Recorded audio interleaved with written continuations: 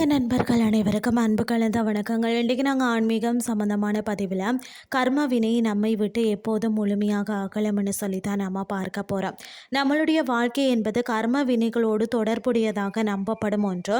இன்று நாம் அனுபவிக்கக்கூடிய துன்பமானது முற்புறவியில் தெரிந்தும் தெரியாமலும் செய்த பாவங்களின் தொடர் சங்கிலியாக தான் பார்க்கப்படுகிறது.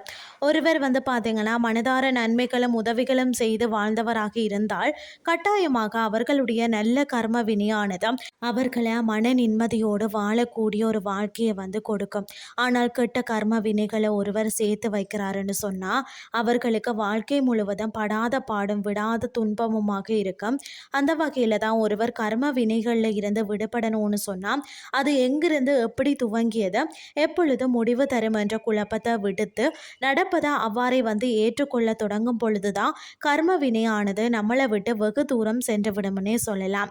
இங்கே மனிதர்கள் பல நேரங்களில் ஒன்றை ஏற்றுக்கொள்ள முடியாமல் தவிர்த்து கொண்டிருக்கும் பொழுதுதான் துன்பம் என்கின்ற அலைக்கடல் சூழ்ந்து விடுகிறது.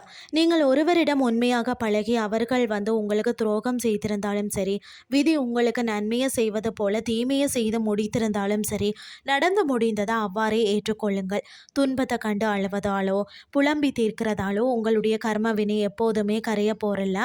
நடப்பதை எப்போதுமே ஏற்றுக்கொள்ள பழகிறோமோ அப்போதுதான் நம்முடைய வாழ்க்கையும் புதுமை அடைகிறது.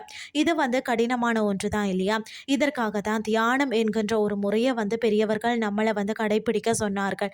தியானம் என்றால் நம்மளுடைய மனதை கட்டுப்படுத்தி நமக்காக ஒரு இடத்துல அமர்ந்து கண்களை மூடி நம்மை தேடும் இடமாக தியானம் செய்யும் பொழுது உலகம் என்னும் பெரும் சத்தத்தில் இருந்து தூரம் செல்கிறோம்.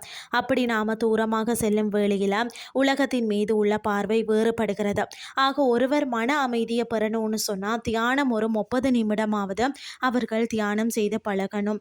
இப்படி தியானம் செய்கிற பொழுதும் எப்படி ஒரு எவ்வளோ பெரிய துன்பம் அவர்களை சூழ்ந்து நிற்கின்ற பொழுதும் அவர்கள் அதை கடந்து விடுவார்கள்.